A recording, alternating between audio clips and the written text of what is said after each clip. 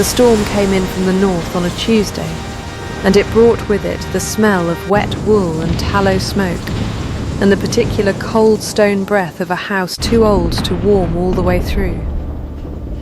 Hallamere stood grey against a greyer sky, its chimneys smoking sideways in the wind, its windows rattling like teeth. Down in the scullery passage, where the flagstones sweated all winter and the copper pots hung black with soot, a young woman worked a mangle with red, cracked hands and did not once look up at the thunder. She was the kind of woman a room forgot the moment she left it, not pretty in the way that made men turn, not plain enough to pity, simply there and then not there, the way a chair is there and then is moved. Her name was Edith Cole, and she had been the laundry maid at Hallamere for 1.5 years, and before that she had been nothing in particular in a village 3 days south, where her mother had kept the sick alive with willow bark and comfrey, and a steady hand until a fever took her too. The winter Edith turned 15. She had learned her mother's trade without meaning to. She had never called it a trade. She only knew that if a thing was hurt, her hands went to it before her mind caught up. The storm was going to leave something behind before morning. She did not know that yet, not with words, but she felt it the way she felt weather in her knees, and she worked faster because of it, though she could not have said why. Hallamere that week was a house holding its breath. The old Duke had been dead 4 years. The new one, his son, had not set foot on the estate in 3. Not since the summer the whole county had whispered about his broken engagement to Lady Vera Ashford. A beauty, everyone said, until the night she had struck a housemaid across the face for spilling wine, and the Duke had watched her do it, and said nothing to anyone for a week, and then said everything to her. And that had been the end of it. He had gone abroad after. He had let his steward run Hallamere like a ship with no captain, competent and cold.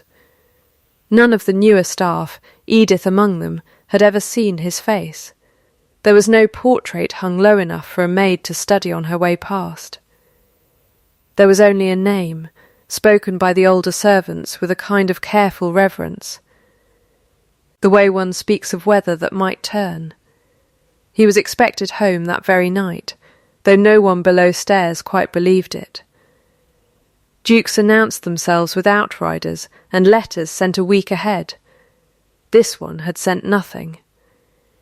Mrs. Pruitt, the housekeeper, had aired his rooms anyway, on a hunch, and grumbled the whole time about men who could not be bothered to write. Edith knew none of this mattered to her particular corner of the house. She hung the last of the linens near the kitchen fire to dry, because the lines outside were useless in this wind, and she banked the coals, and she took up her shawl, thin and much mended, and went out across the yard toward the stables to see that the tack-room door had not blown open again. It was not her work. No one had asked her to do it. She did it because the tack-room door banging all night would wake the horses, and frightened horses did not sleep, and she had a soft, unexamined rule in her own head that nothing under her notice should go hungry, or cold, or afraid, if she could help it, and it cost her nothing worse than a walk in the rain. It cost her more than that night. It always did, with her. She simply never counted the cost until later, if she counted it at all. The yard was black and running with water, the kind of black that swallowed lantern light 2 feet from the flame. She crossed it with her shawl over her head, and her skirts already soaked through to the knee, and she reached the stable door and found it, as she'd guessed, unlatched and swinging, and she went in to fix it, and heard, under the noise of the rain on the roof, a sound that was not a horse. It was small, it was thin, it came from the loft ladder, from the shadow beneath it, and when she lifted her lantern, she found a boy pressed into the straw with his knees drawn to his chest, no more than 9 years old, soaked and shaking so hard his teeth clicked audibly. His lips gone the colour of the sky outside. She did not scream. She did not run for help. She went down on her knees in the wet straw as if she had been cooled there. The rain went on, and the mare in the third stall shifted and blew air through her nose, and Edith Cole gave a starving, fevered stranger's child her only shawl, and did not think, even once, that anyone would ever know. She had seen him once or twice before, from a distance, in the village. He was Tam, the grandson of old Rigby, who had kept the Hallamere stables for 30 years before his heart gave out that autumn, quietly, in his sleep, with no one left to claim the boy after. The parish had meant to send him to the workhouse in the next county. He had run instead, and hidden, and starved, rather than go. She did not lecture him for it.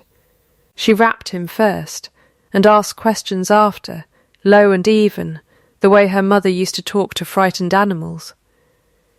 When he would not stop shaking, she pulled him bodily into her lap, thin as he was, and rubbed warmth into his arms with her raw hands, and hummed something without words, because she did not trust her voice not to catch. She had 4 shillings sewn into the hem of her one good petticoat, saved a penny at a time over 8 months toward a pair of boots she badly needed.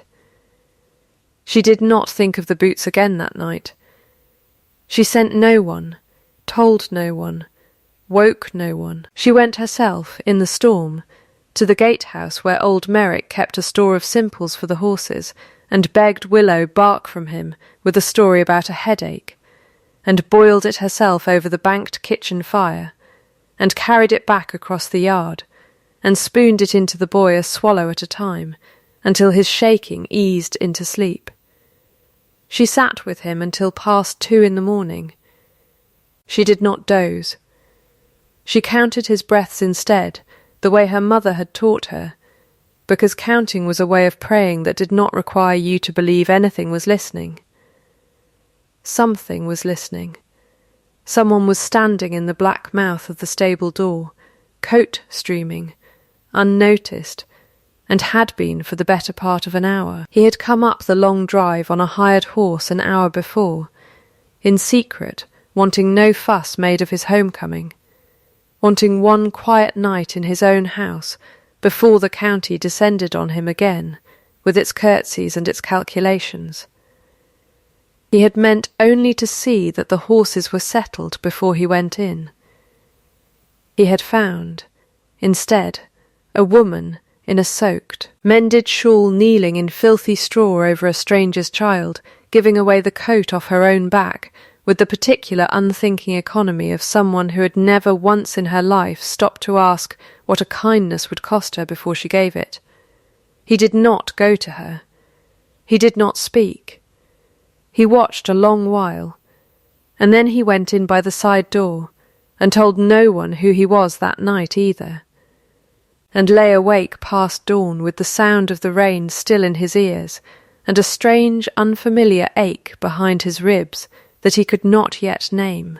She did not know then that the shape in the doorway had been the Duke of Hallamere himself, come home at last, watching the first true thing he had seen in 3 years, and not yet understanding that he was watching his own future, undoing everything he had decided to believe about people of rank, and people without it. She woke at first light with her back against the ladder, and Tam's head heavy on her shoulder, and no memory of the shape in the doorway at all, only the wind, she told herself, only her own tired eyes making pictures out of shadow.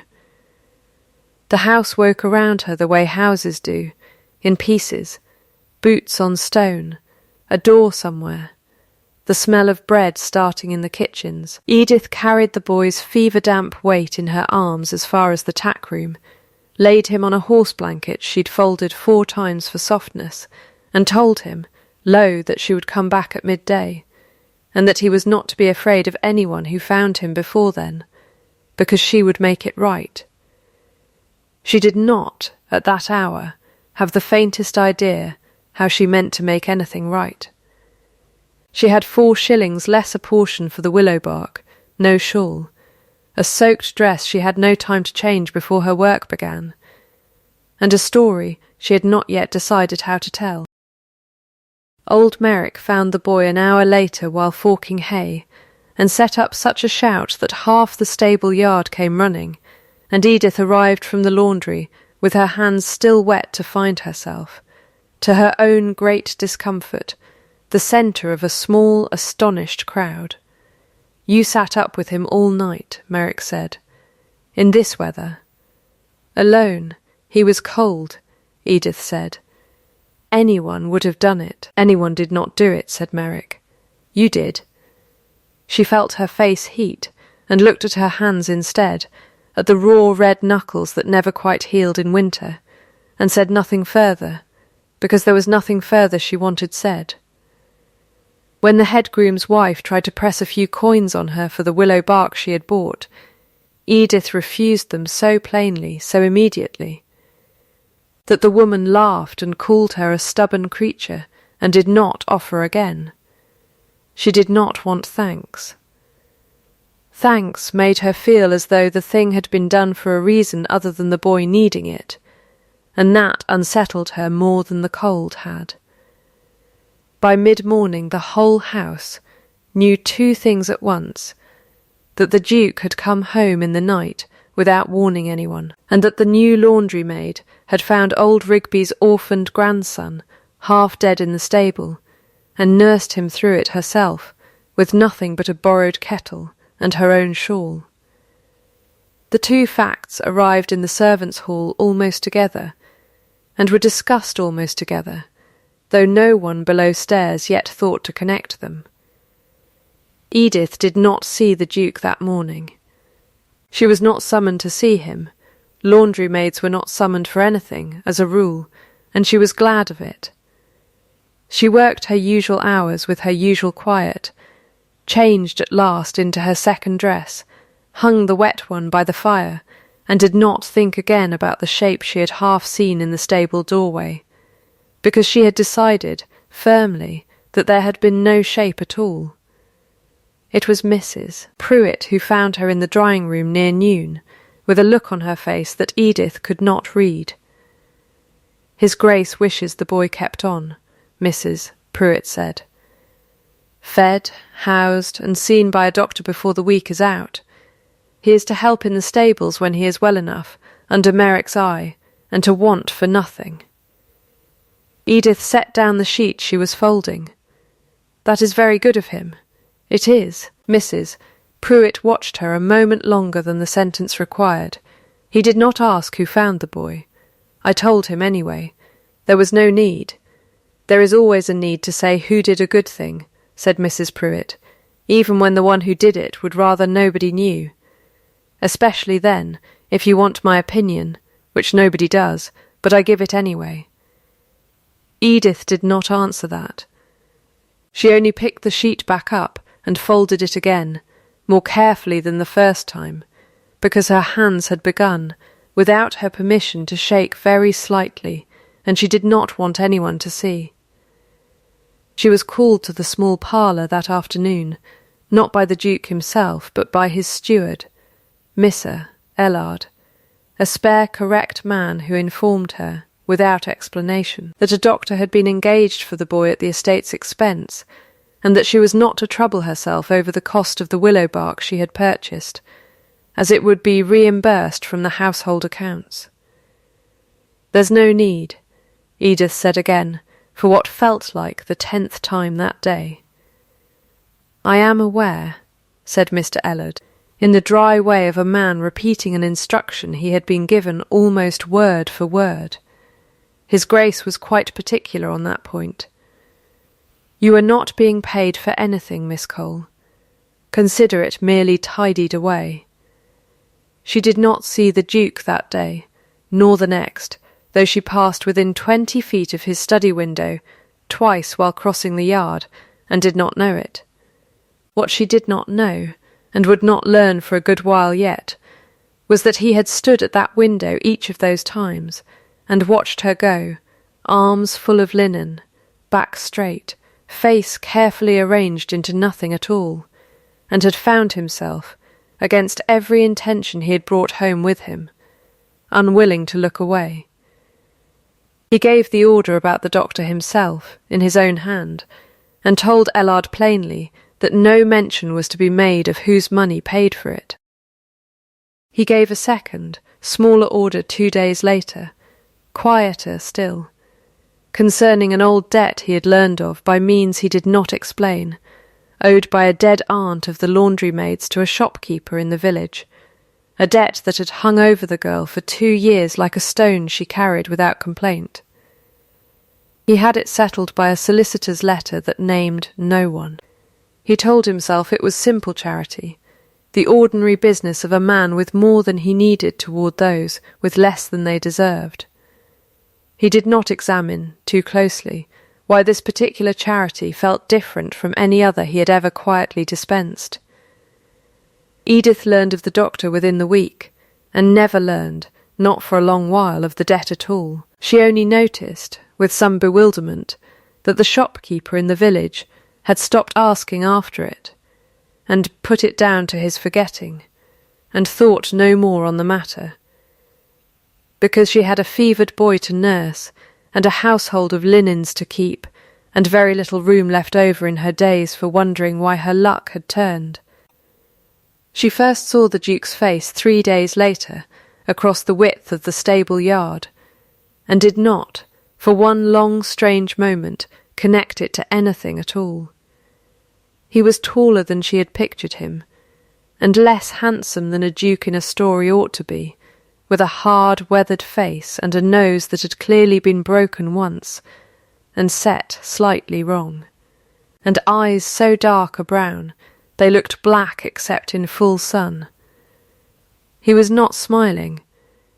He was watching Merrick show him the state of the stable roof, arms folded, listening with the particular stillness of a man who thought a great deal more than he said.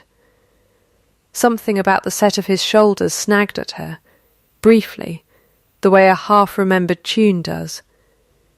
She had no name to put to it. She curtsied when Mrs. Pruitt hissed at her too, and went on with her basket of linen, and told herself it was nothing, and half believed it. He watched her go the whole length of the yard. He told himself too that it was nothing.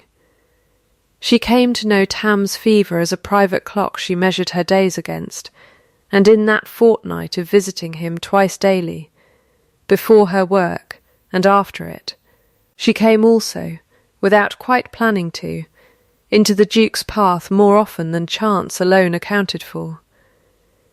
He was often in the stable yard in the mornings now, a habit no one remembered him having before he went abroad. He asked Merrick short, precise questions about the horses, the boy, the roof, and once, on the 4th morning, he asked one of Edith herself, directly, in a voice so plain and unadorned that she nearly missed that it was a question at all. "Why trouble yourself over him?" he said. "He can do nothing for you." She had a cloth of warm broth in her hands, meant for Tam, and she did not set it down. "He's a child, your Grace. He was cold. There are cold children in every parish in England. You do not nurse them all yourself." "No," she agreed. "This one was in front of me." He looked at her for a long moment, the kind of look that made her feel measured rather than seen, and something in his face shifted, so briefly she almost missed it, like a door opening a crack and shutting again before the draught could be felt. "That is not really an answer," he said. "It's the only one I have." He did not press her further. He turned back to Merrick and the roof, and she went on into the tack-room to feed the boy his broth, and if her hands were not quite steady as she did it, she told herself it was only the cold. She learned, in pieces over the following days, the way household staff always learn things about the family they serve. without anyone ever quite sitting her down to say it outright. She learned that the Duke had been engaged once, years before, to a beauty the whole county had praised, and that the engagement had ended the night he watched that same beauty strike a housemaid across the face over spilled wine, in his own drawing-room, in front of a dozen guests who had all laughed. She learned that he had said nothing that night, out of shock, and had broken the engagement a week later in a letter 3 lines long, and had gone abroad within the month, and had not properly come home since. He doesn't trust pretty manners, Mrs. Pruitt told her once, over the mending, in the dry, off-hand way she delivered most things that mattered. Learned the hard way that a curtsy tells you nothing about a person's heart. Only what they do when nobody of consequence is looking tells you that. He's said as much to me himself, more than once, usually when he thinks I'm not listening properly. Edith turned that over for a long while afterward, in the quiet of the drawing-room, with the smell of hot linen and lye soap around her. She did not think it was meant for her. She did not think, then, that anything the Duke of Hallamere said to his housekeeper in a low voice by the fire had the smallest thing to do with a laundry-maid, who had done nothing more remarkable than what any decent person would have done for a freezing child. She was wrong about that, though it would be a long while yet before she learned how wrong. Tam mended slowly through the last cold weeks of winter and into the thin early light of a reluctant spring, and Hallamere thawed with him, mud replacing frost in the yard, the first green coming up ragged along the drive. Edith kept to her work. The Duke kept to his study, mostly, though the servants remarked, some approvingly, and some not, that he had begun riding out most mornings, and had twice been seen giving orders in the village himself, rather than through Ellard, a habit no one could recall from before he went abroad. It was into this thaw, in the 2nd week of April, that Lady Cassandra Hale arrived at Hallamere in a carriage far too fine for the muddy drive, with 3 trunks and a lady's maid, and an expectation, plainly worn on her face from the moment she stepped down, that she was arriving somewhere that was, in every way that mattered, already half hers. She was the Duke's cousin, the daughter of his father's younger brother, and she had been raised, everyone below stairs understood within a day of her arrival, on the near certainty that she and Julian would marry, that the family had wanted it for a generation, and that his 3 years abroad had been nothing more than a long and inconvenient delay in the settling of a matter already decided. She was, by any measure, a handsome woman, fair and correctly featured, with a laugh like a small silver bell struck 3 times, always 3 times, never more, never less. A laugh she used the way other people used a fan. She was also, Edith understood within the first hour of serving at the family's supper table, someone who did not so much dislike servants as fail entirely to notice they were people at all. "Your hands," Cassandra said to her on the 2nd evening, apropos of nothing, as Edith cleared a plate. "Whatever has happened to them?" The table went, for a moment, very quiet. "Laundry, my lady," Edith said. She did not stop moving. She did not lower her eyes further than they already were, and she did not raise them either. "How dreadful," Cassandra said, and laughed her 3 small notes, and turned back to the gentleman on her right, as though the matter, and the woman attached to it, had already ceased to exist. Edith finished clearing the table without incident, and did not think of it again until she was alone in the corridor afterward, where she found that her own hands, tucked into her apron, were shaking, very slightly, not from cold. The Duke had said nothing at the table. He said something after, in the small parlour, to Cassandra alone, in a voice too low for the passing servants to catch hold. Though Ellard, who happened to be nearby, reported to Mrs. Pruitt that his Grace had looked, in his words, like a man deciding not to say something considerably sharper than what he did say. Cassandra did not repeat the remark about Edith's hands in the Duke's hearing again.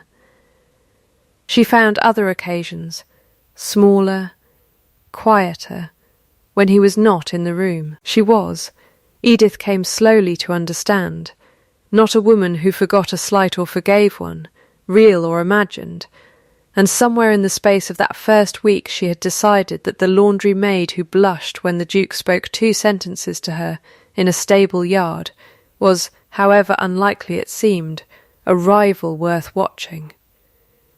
She began watching very closely indeed. The chance she wanted came at the end of April, in a week when everything in the household conspired against Edith at once. Tam took a relapse of his fever, sudden and frightening, and needed watching through 2 full nights running. The regular laundry maid who worked beside Edith fell ill herself, and was sent home to her mother's, doubling the wash that remained, and on the second of those nights, with Mrs. Pruitt away overnight at her sister's lying in, Lady Cassandra took it upon herself to inform the under-housekeeper, in a voice that brooked no discussion, that the guest linens were to be entirely redone before morning, every sheet, on the grounds that she had found a single thread pulled in one pillow-slip and would not sleep another night in a house so carelessly kept. There was no thread. No one below stairs ever found it. But the order stood, and Edith, who had not slept in 2 days between the boy's fever and her ordinary work, took it up without complaint. Because complaining was not a thing she had ever learned how to do. She was still at the mangle past 3 in the morning, alone, the fire long since burned to embers, when her knees simply stopped holding her. She did not remember falling. She remembered cold stone, and then nothing, for what felt like a very long time, and was in fact perhaps 4 minutes. Julian Hale had not been able to sleep.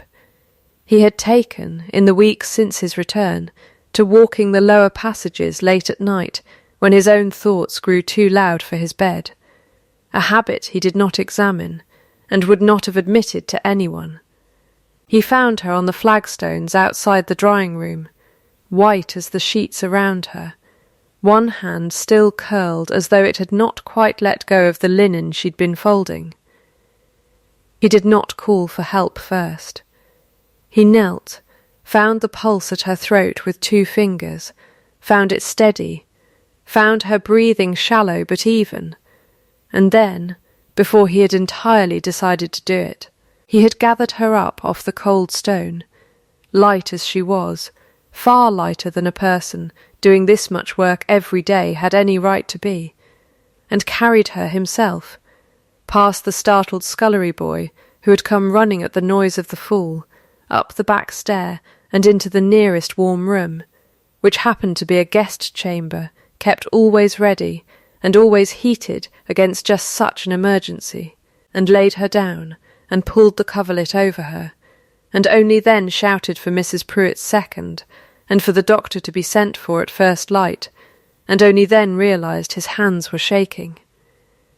He should have left the room the instant the under-housekeeper arrived. He told himself so, several times, and did not do it. He sat instead in the chair beside the bed while the fire was built up and the doctor's boy was sent riding, and somewhere in the grey hour before dawn, worn down by a night he had not slept through either, he fell asleep himself, his hand having come to rest, without his intending it, over hers on the coverlet. Edith woke a little past 6, to birdsong outside a window she did not recognise, in a bed far finer than any she had ever lain in, with her fingers held, loosely, warmly, inside a much larger hand. She did not move for a long moment. She lay very still, and looked at the ceiling, and then, very slowly, turned her head, and found the Duke of Hallowmere asleep in a chair beside her bed, with his head fallen forward and his hand still closed around hers, as though he had not meant to let go even in sleep. She did not gasp. She did not pull away sharply enough to wake him, though every sensible instinct told her to. She sat instead in a kind of stunned, disbelieving stillness, her heart going very fast, and watched him sleep for perhaps 30 seconds that felt considerably longer, before he woke on his own all at once, the way soldiers wake, and became aware, at nearly the same instant she did, of exactly where his hand was. He withdrew it as if the coverlet had burned him. "Miss Cole." His voice was rough with sleep and something else. "Forgive me. You collapsed. I found you in the passage. I remember the mangle," she said. "I don't remember the floor. You fainted." He stood, put the chair carefully back from the bed as though distance now mattered a great deal. "The doctor has been sent for. You are not to work today. You are not, in fact, to work again this week, and I will hear no argument on the point. Your Grace, there's no need for a doctor over a bit of tiredness. There is every need," he said, and something in his voice closed the subject entirely, though it was gentler than the words themselves.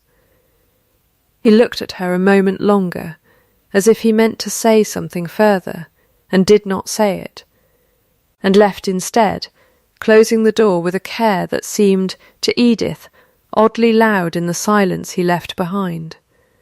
She lay back against the pillows and looked at her own hand, the one he had held, and found she could still feel the shape of it, warm, faintly rough at the knuckle where a signet ring sat, and she did not know, sitting there in a stranger's fine bed with the dawn coming up grey outside, whether to feel grateful, or frightened, or something with no name she had ever needed before. She was not given long to decide. By breakfast the tale had run the length of the house twice over, gathering shape as it went the way such tales always do. The Duke of Hallowmere had carried a laundry maid to a guest bed with his own arms, and sat with her half the night holding her hand. By the time it reached Lady Cassandra, over her chocolate, it had gathered a third detail that no one below stairs had actually witnessed, and everyone above stairs seemed, none the less, entirely certain of. Cassandra's face, when Edith passed her in the corridor an hour later, wore an expression of perfect, glacial calm. And that, more than any shouting could have, told Edith exactly how much trouble she was in. It took Cassandra 3 days to find her opening, and when it came it was, as everything about her was, elegantly done. Her own mother's brooch, an amethyst set in old gold, went missing from her dressing-table on a Thursday afternoon, and by Thursday evening it was known throughout the house. Without anyone quite recalling who had first said it aloud, that the laundry maid who had been carried to the Duke's own guest bed a week before had also been seen dusting near that very dressing-table only that morning. Edith had dusted nowhere near the room. She said so plainly to Mrs. Pruitt, to Ellard, and finally, when it was demanded of her, to Cassandra's own face, in front of half the household assembled in the hall. "I was not in that room," she said. "I have never been in that room. I did not take your brooch, my lady." "How very convenient," Cassandra said, "that you should be so certain, and so unable to prove it." Her 3 small notes of laughter did not come this time. Her voice instead was cold and bright and carrying, pitched for every servant in earshot. A girl fainting conveniently in the Duke's own passage.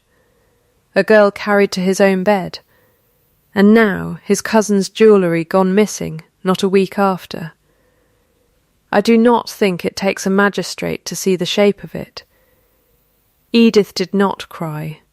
She had trained herself long ago not where it showed, and she did not begin now, with 30 pairs of eyes on her, and her own name being turned, in front of them all, into something ugly and grasping that she did not recognise as herself at all. She stood very straight, and her hands at her sides did not shake, though it cost her something to keep them still. "I have never taken a thing that wasn't mine in my life," she said. "You may believe that or not, my lady, as you choose. I can't make you." She looked, once, for the Duke, and found he was not in the hall at all, called away that morning to a magistrate's matter in the next town, and not expected back before evening, and something in her chest, hearing that, went very quiet and very cold.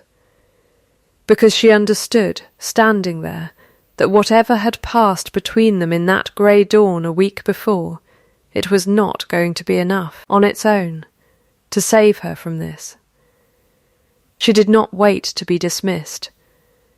She went to her small room under the eaves that same evening, packed the little she owned into the same bag she had arrived with 1.5 years before, and wrote a short letter to Mrs. Pruitt, 3 lines, thanking her for her kindness and asking that no fuss be made, and left before first light the next morning for the village, where she took a room above the chandler's shop on the last of her savings, and told herself, walking the muddy road in the grey cold with her bag over her shoulder, that she had known all along a girl like her had no business being carried anywhere by. A man like that, and that this, at least, was a lesson she would not need teaching twice. Mrs. Pruitt read the letter at her own kitchen table and set it down very hard, and said something under her breath that was not, strictly, the sort of thing a housekeeper ought to say about a guest of the house, and then went straight to the study, without knocking, to wait for the Duke's return.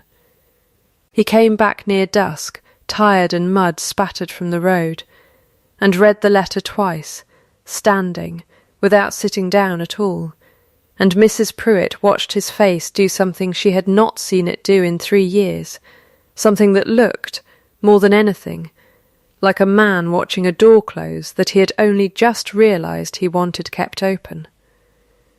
"She left," he said, "this morning, before light, on foot, with her bag, to the village, and the brooch.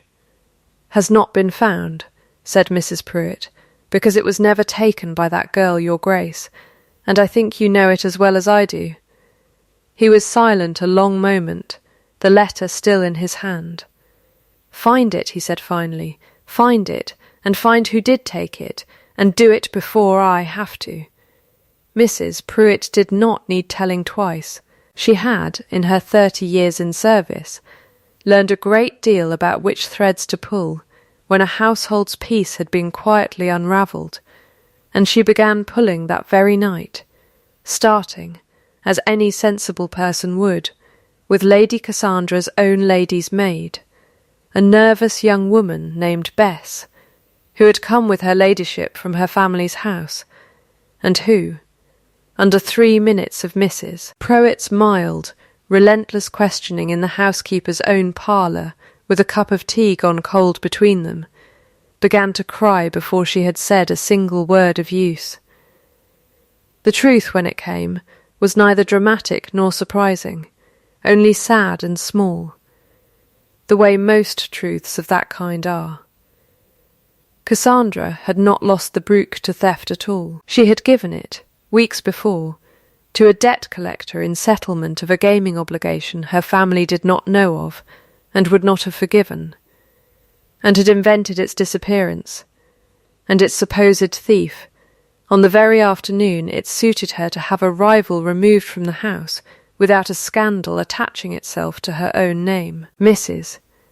Pruitt carried this news to the Duke the following morning with the particular grim satisfaction of a woman who has never once in her career enjoyed being right quite so little. "She'll deny it," Julian said, when she had finished. "She may deny what she likes. Bess will not lie under oath to a magistrate, whatever her ladyship threatens her with.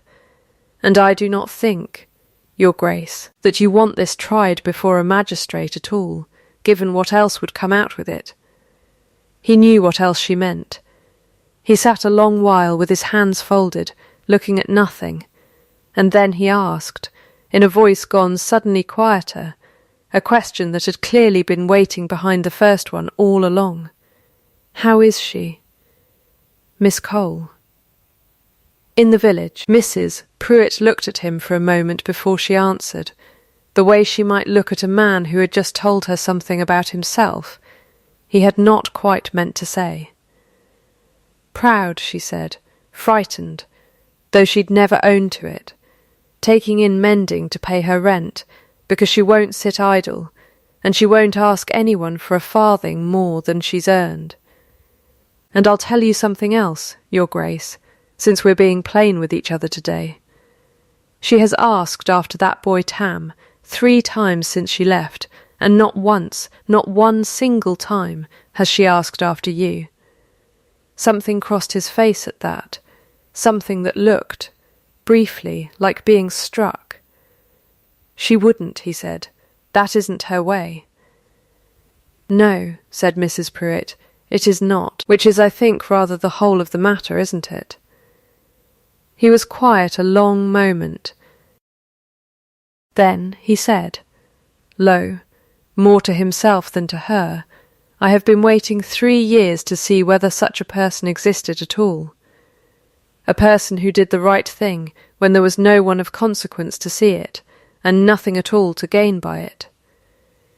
I stood in a stable doorway in a storm the night I came home, and watched her prove it, before I had even taken off my coat, and I have spent 5 months since finding reasons to put off telling her so, because I did not know how to say it without sounding like a man trying to buy what should never be bought." Mrs. Pruitt set down her tea.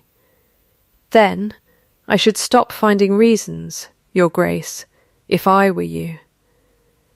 Reasons are all very well, until a woman starts to believe she was never worth the saying." He rode to the village himself that same afternoon, alone, without outriders, without so much as informing Ellard where he was going, and left his horse at the chandler's, and climbed the narrow outside stair to the room above the shop, with his heart going harder than it had any right to, over a flight of wooden steps. The room was small and clean, and very plain, a single window, a narrow bed, a fire burning low in a grate barely large enough to warrant the name, and Edith Cole stood by that small fire with a needle in her hand, and someone's torn shirt half mended in her lap, and went very still when she saw who filled her doorway. "Your Grace." She set the mending aside and rose, and did not curtsy, and he found, absurdly, that he was glad of it. "May I come in? It's your county," she said. "I don't suppose you need my leave for much in it." "I need your leave for this," he said, and something in the plainness of it made her step back from the door, rather than shut it, and let him in. He did not sit, though she offered the room's one chair. He stood instead near the small fire, turning his hat once in his hands, a gesture so unlike the stillness she had always known in him, that she found herself watching his hands rather than his face, waiting to see what they would do. "The Brooke has been found," he said. "It was never stolen. My cousin lied about its loss to be rid of you, and had a debt of her own to hide besides. She will not trouble this house again. I have already written to her father." Edith let out a breath she had not fully known she was holding. "I'm glad of it. I never wanted to be believed for anyone's sake but the truth's. I know that," he said. "It is, in fact, the whole of what I have come to say to you, if you will let me say it plainly, and not think worse of me for having waited so long to do it." She did not answer. She only watched him, and waited, the way she had learned to wait for things that mattered, without pressing. "I was in the stable doorway the night you found the boy," he said.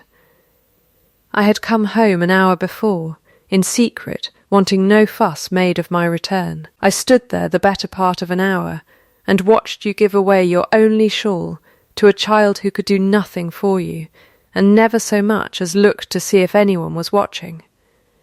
It was the truest thing I had seen from any person of any rank in 3 years. I did not speak to you that night, because I did not trust myself to speak without giving away far more than I had any right to feel for a woman I had not yet exchanged a single word with. Edith's hands had gone very still in her lap. That was you. That was me. And it was I who sent the doctor for Tam, and settled your aunt's old debt with the shopkeeper, and neither one with my name attached, because I did not want you kind to me on the strength of gratitude, or frightened of me on the strength of my rank, before I had ever earned the right to be either. I wanted, God forgive me for the vanity of it, to be certain first that what I had seen in that stable was truly who you were, and not a single fine act on a single bad night. And carrying me, she said. That night in the passage, I could not leave you on cold stone, he said simply. I did not think beyond that, not until I was already halfway up the stair with you in my arms, and I will not pretend I regret it, whatever it cost you after, because it was the truest fear I have known in 3 years, finding you on that floor, and I would carry you again tonight, if it were needed, and think nothing of what it looked like to anyone watching. It cost me my place, she said, but there was no bitterness in it, only the plain reporting of a fact. It cost you nothing that will not be undone before the week is out, if you will let it be undone. Your place is yours again, if you want it. Tam is thriving and asks for you daily. My cousin is gone and will not return. And I have come here myself, on a hired chair at my own front door, and half the county certain to hear of it by Sunday, to tell you that I love you, Edith Cole, not for the shawl, though I have thought of that shawl every day since, and not for the boy's life you saved, though I think of that too, but for the plain, unwatched truth of you, the whole of it, roughened hands and all. And I am asking nothing of you in return, except that you hear it said. She was quiet a long while.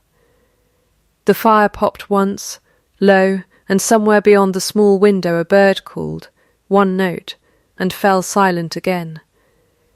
I don't know what to say to that, she said at last. Then say nothing tonight. He set his hat down on the small table, as though he had decided in that moment not to be in a hurry to leave. I will not ask you to answer me now, or this week, or even this month, if you need longer. I would rather have your honest no, freely given, whenever it comes, than a yes you gave me, only because a duke stood in your doorway, and it seemed unwise to refuse him. You are not required to marry your own rescuer, Miss Cole. I did not come here to be thanked, and I will not have you accept me out of debt any more than I would have you nurse a sick child out of debt. Whatever you choose, the doctor's bill is paid, the debt is settled, your place is kept, and none of it was ever a bargain. It was only ever what was right. Thank you, she said, very low, for telling me the truth of it, even the parts that shame you a little in the telling. Thank you, he said, for being the sort of woman worth telling it to. She looked at him for a long moment across the small fire, and something in her chest, which had been held very tightly closed since the morning of the brooch, came slowly, carefully open. I have conditions, she said, if I am to consider it at all. Name them. I am never to be managed, not for kindness's sake, not for my own protection, not for any reason at all. If a thing concerns me, I am to be told it plainly, to my face, whatever it costs you to say it. Agreed, and I will not be made ashamed of these. She held up one hand, red at the knuckle, rough along the palm, unlovely by any measure a portrait painter would use. Whatever I am to you, whatever house I am to stand in, I will not have them hidden in gloves for company, nor apologised for, nor softened in the telling of how we came to be. He crossed the small room in 3 steps and took that hand in both of his, and turned it over, palm up, and looked at it a long moment the way a man looks at something he intends to remember exactly, forever. I have thought of nothing else for 5 months, he said. But this hand, and what it did, unwatched, when it believed no one of consequence could see it, I would no sooner hide it than hide the sun. He drew off his own glove then, finger by finger, slow and deliberate, and set his bare palm against hers, and bent his head, and pressed his mouth, once, gently to her knuckles, and felt her hand tremble under his, not from cold this time.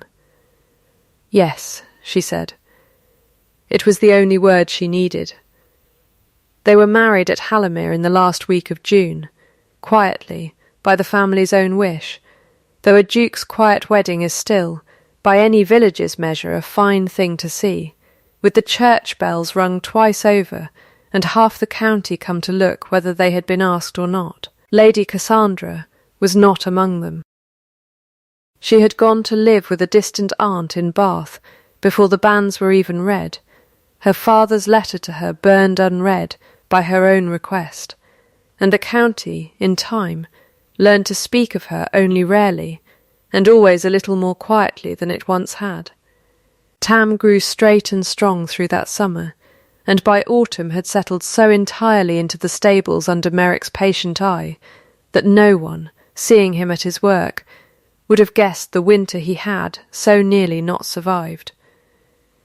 He was given, on his 10th birthday, a small, sturdy pony of his own to care for, and told by the Duke himself that it was his to keep for good, no conditions attached, which he accepted with the particular gravity of a boy who has learned, the hard way, not to trust good fortune until it has proven itself steady.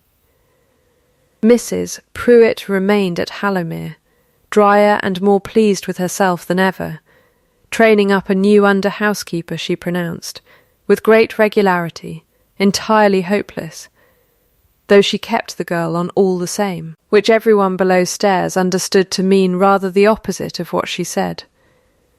A year to the night from the storm that had first brought her to that stable door, snow fell again over Hallamere, early and heavy, and Edith sat by the fire in the small parlour, with her husband's hand in hers, bare, both of them, no gloves between them, the old mended shawl, kept still, kept always, hung now across the back of a chair near the hearth, where a boy sometimes still curled up in it on the coldest evenings out of habit more than need. The fire popped once. Somewhere outside a bird, foolish enough to still be about in such weather, called a single note and fell silent. She did not let go of his hand, and he did not let go of hers, and neither of them said anything for a long while, because there was nothing left by then that needed saying aloud. It is not the watched kindness that tells the truth of a person, but the one done in the dark, for no one, expecting nothing back. And it is that kindness, and no other, that the truly worthy learn, in the end, to spend their whole lives repaying.